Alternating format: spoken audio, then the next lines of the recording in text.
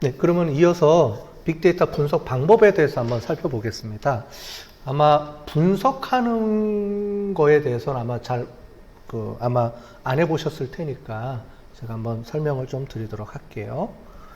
빅데이터라는 거를 처리하는 프로세스가 있습니다. 뭐냐면은 빅데이터라는 게 양이 엄청나게 큰 그러니까 대용량의 데이터라 그랬죠. 그 다음에 비정형화된 데이터라고 설명을 드렸고요. 그러면 기존에 했던 방식하고는 좀 다른 방식을 씁니다. 그래서 제일 처음에는 이제 데이터를 갖고 와야 되니까 데이터 소스라는 게 있잖아요. 그죠? 그 중에서 이제 내부 데이터라는 게 있고요. 내부 데이터면 데이터베이스에 저장되어 있는 거를 얘기하겠죠. 물론 그 안에도 정형화된 데이터, 비정형화된 데이터가 있을 거고요. 그 다음에 그 외에도 외부 데이터들을 많이 활용을 하죠. 텍스트 마이닝 같은 경우는 주로 외부 데이터들을 많이 활용을 하니까 그렇게 돼 있고요. 내부 데이터를 가지고 활용하는 거는 요즘 이제 고객 서비스 센터 있잖아요. 그죠? 고객 서비스 센터들은 음성으로 고객들하고 막 왔다 갔다 얘기를 하잖아요. 그러면 그거를 텍스트로 다 저장을 해줍니다. 그 다음에 텍스트를 분석을 해서 이 분석 내용이 어떤 카테고리다라는 것까지 해주는 시스템까지 이제 돼 있어요. 옛날에는 어떻게 하냐면 일일이 그 고객 그 서비스 그 상담사가 자기가 일일이 체크를 합니다. 그 다음에 입력을 해요. 텍스트를. 근데 요즘은 그렇게 안 하고 다 이런 방식을 이용해서 자기가 말만 하면은 그거에 다 이제 자동으로 저장이 되고 텍스트로 그 다음에 텍스트를 분석을 해서 이게 어떤 유형의 고객이 어떤 유형으로 이제 얘기했는지까지 다 체크할 수 있도록 그렇게 되어 있습니다. 그 다음에 이제 수집을 하고요. 수집하는 것 중에 다른 것보다는 크롤링이라는 게 있는데, 이 크롤링이라는 게 뭐냐면은 인터넷에 있는 것들을 텍스트를 이제 끌고 오는 겁니다. 끌고 오는 건데, 이렇게 이해하시면 될 것 같아요. 그 홈페이지에 여러분들이 네이버나 이런 데 검색을 하면은 홈페이지 내용이 검색한 내용이 뜨잖아요. 미리 사전에 그 서치 엔진들이 가서 다 크롤링 해갖고 갔다가 서버에다가 저장을 해 놓은 겁니다. 그러니까 그렇게 실시간으로 치면 실시간으로 쭉 뜨는 게 자기 데이터베이스에 저장을 일정 부분만 해갖고 오거든요. 그리고 누르면 이제 연결할 수 있도록 그렇게 세팅이 되어 있기 때문에 그렇게 합니다. 그럼 그러려면은 그런 데이터베이스를 저장을 구축해놔야 되겠죠. 그래서 구글이나 네이버라든가 이런 데 보면 이런 비정형화된 데이터를 저장할 수 있도록 데이터베이스 설계가 그렇게 되어 있습니다.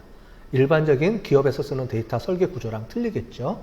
비정형화된 데이터들이니까. 그러면 거기에 맞게끔 데이터베이스랑 이런 것들이 설계가 들어가야 돼요. 그런 데이터베이스 중에서 우리가 가장 많이 알려져 있는 게 하둡이라는 방법이 있어요. 이제 그런 것들을 이제 연구하는 사람들도 있거든요. 그래서 수집을 하면 이제 저장을 해야 되죠. 저장을 하는데, 저장해서 처리하는 방법에서 여기 보시는 것처럼 이제 하둡이라는 게 이렇게 많이 나와 있습니다. 혹시 이런 쪽에 관심 있으신 분들은 인터넷으로 뒤지면은 이제 하둡이라든가 NoSQL이라든가 이런 용어들이 많이 나오거든요. 아마 컴공은 이런 것들을 연구를 많이 합니다. 컴퓨터 공학 쪽에서 하는 것들이 이제 옛날에 나와 있던 정형화된 데이터를 저장하는 게 아니고 비정형화된 데이터를 저장하는 방법. 이런 식으로도 연구를 많이 하거든요. 그 다음에 이런 데이터가 저장이 돼서 이제 갖고 오면 그걸 분석을 해야 되죠. 이 분석하는 것 중에 하나가 이제 머신러닝, 데이터 마이닝 이런 식으로 우리가 통계 이용해서 분석하는 거고요. 이제 저희 쪽에서 하는 빅데이터 분석이라고 하면 이쪽 파트를 얘기합니다. 주로 이 파트를 얘기하고 빅데이터 공학 이런 쪽은 이제 이런 쪽을 주로 앞에 이런 쪽을 많이들 하게 되겠죠. 그 다음에 이제 그거를 요즘 시각화하는 게 중요하죠. 그래서 시각화하는 것들을 된 툴들도 많이 나와 있어서 이런 툴들이 많이 있습니다. 아마 매틀랩 같은 경우는 시각화된 툴들 많이 보이죠. 그렇게 보시면 되고 사회과학 쪽에서도 이제는 시각화에 대해서 관심을 많이 가져요. 옛날에는 그냥 단순하게 그래프 그리는 정도 수준이었다면은 요즘은 이제 그거를 많이 이용을 해서 비주얼라이징을 많이 하거든요. 그렇게 보시면 되는데 이제 이런 것들이 하나의 프로세스로 쭉 가서 시스템을 구축을 하는 거죠. 이제 대기업들은 이제 빅데이터 시스템 구축한다 그러면 여기부터 해서 쭉 해서 여기까지 이제 시스템으로 구축해 놓는 거를 의미를 하고 있고요.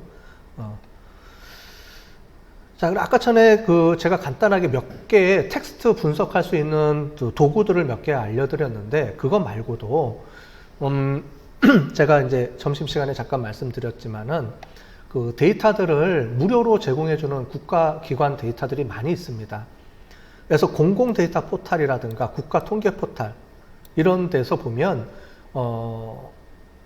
그쪽에서 분석한 데이터들, 즉 연구소나 이런 데서 나온 데이터들이 되게 많이 있어요. 저희 사회과학도 옛날에는 설문조사 위주로 많이 했거든요. 논문을 쓴다, 뭐 연구한다 그러면 일일이 본인들이 다 설문조사해가지고 분석하고 이렇게 했었는데, 요즘은 어떤 추세로 가냐면 그런 데이터보다 이런 포털에서 제공해주는 실제 데이터들을 이용을 해서 분석해서 하는 방법을 이제 요즘 많이 쓰고 있어요. 그래서 여기 있는 데이터들을 쭉 보시면은 중요한 데이터들이 많이 있습니다. 그래서 제가 한번 샘플로 해서 한번 들어가 봤어요. 여기 공공 데이터 포털이라는 데 들어가서 로봇이라고 한번 쳐봤습니다. 그랬더니 어떤 데이터들이 있느냐면은 무지 많이 데이터들이 있죠. 여기 보시면. 이게 로봇과 관련된 데이터들이에요. 그래서 저는 이제 로봇 쪽이 아니기 때문에 제가 들어가서 일일이 보지는 않았지만은 여기 보면은 이제 로봇에 관련된 여러 가지 데이터들이 연구소나 이런 데서 보유하고 있는 데이터들을 다 올려놨어요. 그러니까 이런 걸 가지고 분석해서 논문화 시킬 수도 있겠죠. 한번 들어가서 시간 되실 때 이런 데이터들 들어가서 자기가 관련된 내용을 검색어를 치면은 이렇게 데이터들이 뜨니까 요걸 가지고 한번 보시면 이런 데서 나온 데들 다 있습니다. 그래서 이거 한번 보시고 이게 논문거리가 되는지 한번 검토해 보시면 좋을 것 같아요. 그러니까 이런 데서 공식 데이터들이 있기 때문에 데이터의 신빙성이나 이렇게 공신력이 있죠. 그래서 쓰시면 될 것 같습니다. 자, 우리가 빅데이터 분석하면은 이제 크게 세 가지를 많이 얘기합니다. 통계라는 용어를 많이 쓰고요. 분석 측면에서 보면, 그 다음에 기계학습이라는 얘기를 많이 쓰고, 데이터 마이닝이라는 얘기를 많이 쓰는데, 쓰는 분야나 이런 데 쓰는 용어들이 같은 개념을 가지고 이제 쓰는 경우도 많이 있어요. 그래서 통계 분석이라고 보면은 이제 통계라는 용어가 가장 베이스로 많이 쓰는데, 오른쪽에 그림에서 보듯이 통계는 일종의 이제 하나의 방법을 주로 얘기를 합니다. 그래서 방법을 얘기를 하는데 수학적인 이제 기본 개념을 가지고 많이 하죠. 그래서 확률을 이용해서 많이 씁니다. 그래서 통계하고 확률은 같이 많이 붙어 쓰여요. 그 이유는 뭐냐면 우리가 얘기하는 통계는 표본 데이터를 가지고 추론하는 겁니다. 모집단을 추론하는 거예요. 이게 아마 분석이라는 쪽을 잘 못 접해봐서 그러실 텐데 무슨 얘기냐면은 모집단이라는 게 뭐냐면 우리가 알고 싶어하는 전체 대상을 얘기합니다. 예를 들자면 우리 아까 전에 설명했듯이 우리가 대통령 선거를 한다. 그러면 설문을 하려고 그래요. 그러면 관심 있는 대상이 누구냐면 선거인단 전체죠. 그럼 3천만 명을 다 조사하는 게 불가능하죠. 그러면 어떻게 되느냐? 보통 1000명, 몇백 명만 뽑아가지고 우리가 샘플을 만듭니다. 그걸 우리가 샘플이라는 거를 쓰는데 샘플이 어떻게 뽑히느냐에 따라서 값이 막 변경이 돼요. 그래서 샘플을 잘 뽑는 게 중요합니다. 그래서 통계학에서는 어떻게 하면 샘플을 잘 뽑느냐. 그게 하나의 이슈고요. 뽑힌 샘플을 가지고 분석을 하면 어떤 결과가 나옵니다. 근데 그 결과가 1000명을 가지고 뽑았는데 3천만 명한테 우리가 적용할 수가 있느냐. 이게 문제가 되는 거죠. 그러면 그렇게 할 수 있도록 어떻게 해주냐면은 확률이라는 개념을 이용해서 우리가 추론이라는 걸 하게 돼요. 조금 이따 제가 설명을 좀 드릴게요. 사회과학에서 분석하는 방법을 설명을 드리겠습니다. 이게 가장 기본 개념이니까. 그래서 추론을 하는 거예요. 그래서 샘플 데이터를 가지고 추론하는 거를 우리가 보통 확률을 이용해서 추론하는 거를 통계라고 하고요. 기계학습이랑 데이터 마이닝 쪽은 뭐냐면 실제로는 그 안에 저장되어 있는 많은 양의 데이터들이 있습니다. 그 데이터로부터 우리가 이용해서 예측을 하는 건데 기계학습과 데이터 마이닝의 관점이 약간 틀려요. 무슨 말이냐면은 기계학습은 인공지능에서부터 나왔죠. 인공지능에서부터 나와서 그 컴퓨터가 사람의 인공지능을 갖게 하기 위해서는 기계를 학습시켜야 된다라는 개념에서 나오는 거고 기계를 학습시키는 방법 중에 데이터를 집어넣고 기계가 학습해서 어떤 패턴을 끄집어낼 수 있도록 만드는 모형화시키는 게 기계학습이죠. 그런 방법론 중에 대표적인 게 우리가 그러니까 뉴럴 네트워크라는 게 있고 또는 우리가 오늘 뒤에 좀 배우는 내용이 있는데 그런 기법들이 있습니다. 그런데 데이터 마이닝은 뭐냐면 이게 컴퓨터 공학에서 주로 AI 쪽 연구하면서 나오는 개념이고요. 데이터 마이닝은 뭐냐면은 우리가 데이터베이스라는 거를 기업에서 구축해 놓고 데이터를 이제 저장을 한다 그랬어요. 그런데 저장을 해놓은 데이터를 활용할 수 없을까라는 측면에서 연구를 주로 많이 하게 됐습니다. 그러다 보니까 어떻게 되냐면 데이터베이스에 저장되어 있는 데이터를 가지고 어떻게 끄집어내서 지식으로 전환할 수 있을 거냐, 데이터를 인포메이션으로 바꿀 수 있느냐를 연구하는 과정에서 쓴 용어가 데이터 마이닝이에요. 그러니까 데이터 마이닝의 목적은 뭐냐면 데이터베이스에 저장되어 있는 데이터를 잘 분석을 하길 원한 거예요. 그런데 분석을 하려다 보니까 무슨 적당한 도구가 없나 찾다 보니까 기계공학에서, 그러니까 기계학습에서 떴던 많은 분석 기법을 이쪽에서 갖고 와서 쓰게 됩니다. 그래서 실제로 보면 기계학습과 데이터 마이닝의 툴은 거의 유사해요. 대신에 목적이 뭐냐면 이쪽은 기계를 학습시키는 거에 대한 포커싱, 즉 정확도 중심으로, 그러니까 얼마만큼 잘 예측해서 정확도가 높느냐 이런 쪽으로 주로 많이 이제 연구를 하게 되고, 이쪽은 뭐냐면은 정확도보다는 그래서 기업에서 어떻게 활용할 수 있지, 이걸 가지고 분석만 하면 다가 아니고 분석한 거를 기업에 적용을 해서 그걸 어떻게 잘 활용해서 돈을 벌 수 있게 만들어 줄 것이냐, 이런 쪽에 관심에서 연구를 많이 하게 되죠. 그래서 툴은 같은데 그 툴을 가지고 쓰는 나중에 이제 중요한 포커싱이, 기계학습은 정확도 중심이에요. 정확도가 높는 거를 자꾸 찾아내는 거죠. 그래서 100%에 근접하게 맞추는 그 모델링을 자꾸 하게 되는 거고, 데이터 마이닝은 그게 좀 떨어지더라도 90%가 아니래도 사람들, 기업에서 적용할 수 있는 좋은 규칙이나 이런 것들을 발견해서 기업에 잘 활용시켜 줄 수 있으면 그게 더 좋다고 보는 거예요. 정확도보다는. 그러니까 관점이 약간 틀리죠. 목적, 포커싱 자체가. 그래서 이제 경영에서는 주로 데이터 마이닝이라는 용어를 많이 쓰고요. 그 다음에 있죠. 컴퓨터 공학 쪽에서는 이제 기계학습이라는 용어를 많이 쓰는데, 요즘 들어와서는 일반적인 기계학습에서 옛날에 썼던 방법들은 그냥 데이터 마이닝이라는 기법이라고 얘기를 많이 하고, 기계학습이라는 방법을 얘기할 때는 주로 뉴럴 네트워크나 딥러닝 쪽을 주로 많이 얘기를 해요. 그러니까 요즘 들어와서 이제 말하는 용어들을 쓰는 사람들의 패턴이, 그런데 원래 기본적으로는 같은 개념입니다. 기계학습에서 나온 기법을 데이터 마이닝에서 갖다가 쓴 거라고 보시면 될 것 같아요. 자, 통계입니다. 통계인데 아마 통계 쪽에서 사회과학에서 쓰는 논문들을 잘 읽어보셨으면은 어떤 내용이 많이 나오면은 이렇게 나옵니다. 자, 이렇게 기업에서 보는 거예요. 기업에서 고객 충성도를 높여줘야 돼요. 우리한테 자주 방문하게 해야 되고, 만약에 병원이다 그러면 병원에 자주 방문해야 되고 하려고 그러면 만족도가 올라가야 되잖아요. 그러니까 우리 학교라고 봅시다. 한양대학교는 고객이 학생이죠. 그럼 학생들이 한양대를 계속 다니고 싶어 하게 해야 되죠. 그러려면 어떻게 되냐면 학생들의 충성도를 높여야 돼요. 근데 이거를 어떻게 측정하냐면은 사회과학에서는 설문지를 갖고 측정합니다. 어떻게 하느냐? 한양대에 대해서 얼마나 만족하십니까? 그러면 만족도를 1점에서 5점 정도로 측정하세요. 뭐 이렇게 해서 리커르트 척도라는 걸 이용해서 하게 됩니다. 그 다음에 다른 외부한테 추천해 주겠어요? 아니면 동생이 있으면 추천해 주겠어요? 뭐 이런 식으로 충성도를 측정을 해요. 그런데 측정을 한 다음에 어떻게 되냐면, 그래서 이렇게 만족도가 올라가기 위해서 뭐에 대해서 만족합니까? 라고 물어봅니다. 주로 학교에서 많이 하는 게 그렇죠. 교수님들 잘 가르쳐요? 아니면 시설은 만족해요? 직원들은 만족해요? 뭐 환경은 만족해요? 이렇게 자꾸 물어보죠.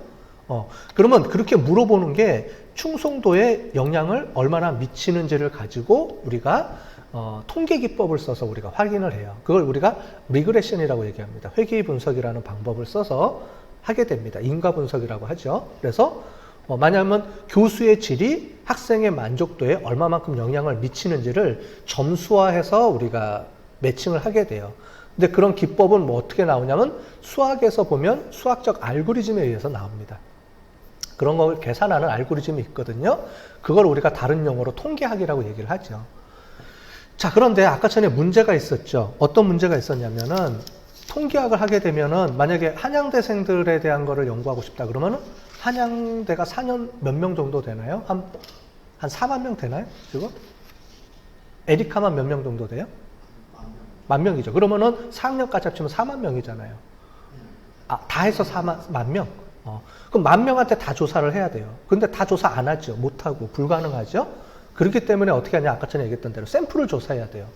그럼 샘플을 조사하면 이 샘플이 진짜 맞는지 틀리는지를 검증을 해야 되잖아요. 그래서 검증하는 기법을 쓰는데 그걸 확률을 이용해서 써요. 확률을 이용해서 쓰는데 어떻게 하냐면 요게 있습니다. 요 위에 보시는 게 있는데 이게 뭐냐면은 말하자면 이거예요. 서비스 가치가 충성도에 미치는 영향을 마이너스 1에서 플러스 1 사이의 값으로 만들어줘요. 회귀 분석에서는. 표준화시킨다 그럽니다. 표준화시켜서 마이너스 1에서 0, 그 다음에 0에서 플러스 1로 점수를 표준화시켜요. 자, 그러면 이게 뭐냐면 0.6이라는 말입니다. 뭐냐면은 플러스 마이너스는 이거예요. 플러스면은 긍정적으로 생각하고 마이너스면은 오히려 이게 나쁜, 그러니까 반대, 부정의 영향을 미친다는 건데 여기 플러스 0.6이니까 긍정적으로 영향을 미치는 값이고 그 다음에 값이 0에서 1 사이의 기준 중에서 0.6이다. 사회과학에서는 0.6이면 아주 높은 관계가 있거든요. 보통 0.1에서 0.3까지가 어느 정도 영향력이 있다 보고 0.3에서 0.5까지가 한 중, 그 다음에 0.5 이상이면 아주 높은 영향력을 미친다고 봐요. 그러면 영향력이 높다는 거죠. 이것도 높고 영향력이 있고. 자, 그런데 옆에 보면 별표가 있는 게 있고 별표가 없는 게 있어요. 이건 뭐냐면 영향력이 없는 거예요. 잘 보시면 이상하지 않아요? 얘는 플러스 0.13이고 얘는 0.113인데 얘는 의미가 있다고 하고 얘는 의미가 없다고 해요. 의미가 없다라는 말은 뭐냐면 이 수치가 의미가 없다라고 통계 확률적으로 얘기를 하는 겁니다. 자, 그래서 뭐냐면은 이런 것들을 조정해 줄 때 어떤 값이 있냐면 우리가 이 값을 믿을 수 있어? 라고 얘기를 하는 거예요. 아까 전에 얘기했던 것처럼 표본을 조사했는데 표본의 값으로 나온 거를 이걸 우리가 실제로 의미가 있다라고 해석할 수 있어? 라는 거를 사회과학에서는 어떻게 하냐면 확률이라는 개념을 이용해서 얘를 조사를 해서 이거를 얘는 인정해 줄게. 얘는 인정을 못 해줘. 얘는 의미가 없어. 의미가 있어. 이렇게 얘기해 주는 기법이 통계에서 쓰는 확률에 대한 기법입니다. 자, 그 다음에 이런 기법도 있고요. 요렇게 해서 쭉 나오죠. 그래서 이렇게 쭉 나오면은 이 값들이, 요게 뭐냐면 영향력을 플러스 1에서 마이너스 1 사이의 값으로 만들어준 거고, 근데 이 값이 진짜 의미가 있는지를 얘를 보고 해요. 예. 그래서 사회과학 논문들을 보면 p-value라는 말을 많이 씁니다. p-value 또는 U의 수준. 뭐냐면 앞에 나와 있는 이 영향력이 진짜 의미가 있는 영향력이야 아니야를 이렇게 해주게 됩니다. 되셨죠? 근데 이걸 어떻게 측정하느냐? 요게 나와 있는 게 뭐냐면 확률값이라는 거예요. 확률값. 그걸 조금 이따 설명을 좀 드릴게요. 그리고 요게 이제 아노바 분석이에요. 보통 우리가 이제 기업에서 보면 생산관리 쪽에서 보면 이런 아노바 분석을 가지고 많이 하게 되죠. 생산 쪽에서 보는 게 불량률 측정할 때 관리도 하잖아요. 관리도가 확률을 이용해서 이제 측정하는 개념이거든요. 그때 쓰는 게 이제 시그마를 가지고 우리가 관리도를 만들어내는데 같은 개념이라고 보시면 될 것 같습니다. 자, 그래서 여기 보시면은 이게 차이가 있다 없다라는 거를 이렇게 시그마로, 그러니까 significant 유의 수준으로 표시를 해주는데 0.000이면 의미가 있고요. 0.000이 아니면 높으면 의미가 없다. 이렇게 보는 겁니다. 그러니까 사회과학은 확률을 이용해서 이 유의 수준이라는 걸 가지고 또는 이게 뭐냐면 앞에서 얘기했던 p-value라는 거예요. p-value라는 말이 유의 수준이라는 말하고 같은 말이거든요. 그래서 이 값을 이용을 해서 사회과학에서는 우리가 구한 값이 진짜 의미가 있다 없다라고 얘기를 합니다. 그런데 이 값의 의미는 뭐냐면 확률값이에요. 확률값. 자, 그러면 이 확률값을 이용해서 우리가 통계에서 검사를 해주게 되겠죠. 근데 데이터 마이닝에서는 이 확률값을 안 씁니다. 데이터 마이닝은 어떻게 하냐면 실제 우리가 구한 값하고 예측 값하고의 차이를 가지고 정확도라는 걸로 계산해줘요. 틀리죠, 방법이. 그러니까 통계에서는 확률값이라는 개념을 가지고 우리가 구한 값이 얼마만큼 확률적으로 의미가 있다 없다, 받아줄 수 있느냐 없느냐, 이런 확률에 대한 개념을 가지고 보는 게 통계학이고요. 그 다음에 데이터 마이닝 또는 기계학습에서 얘기하는 값은 예측을 할 때 실제 값하고 우리가 구한 어떤 그 알고리즘에 의해서 나온 값하고 얼마만큼 일치하느냐, 정확도를 갖고 얘기하죠. 그래서 나중에 결과를 해석할 때 결과를 억셉트하는 방법이 틀립니다. 근데 그 이유가 뭐냐? 통계는 데이터 샘플이 작아요. 뭐 100명, 200명 갖고 샘플을 합니다. 그러다 보니까 어떻게 되냐면 샘플 자체가 작기 때문에 확률을 이용하는 개념을 가지고 부분 샘플을 가지고 우리가 조사를 하는 개념이고요. 데이터 마이닝하고 기계학습 쪽은 뭐냐면 방대한 양의 데이터를 가지고 하다 보니까 확률을 왜 쓰냐면은 샘플이 작기 때문에 확률을 쓰게 되는 거거든요. 근데 데이터가 많아지면 어쨌든 이제 그 확률보다는 정확도 측면에서 우리가 고려하는 게 더 맞기 때문에 데이터 마이닝 쪽으로 넘어가면 우리가 확률보다는 이제 정확도, 얼마만큼 정확하게 몇 퍼센트 맞췄느냐, 이 정확률을 가지고 우리가 하게 됩니다. 약간 틀리죠? 그리고 목적도 틀리고 데이터 활용한 데이터의 개수 이런 게 틀리기 때문에 확률과 데이터 마이닝 이 두 개가 구분돼서 씁니다. 네, 그렇게 해서 보시면 될 것 같아요. 자, 그러면 여론조사 우리가 할 때 좀 봤을 겁니다.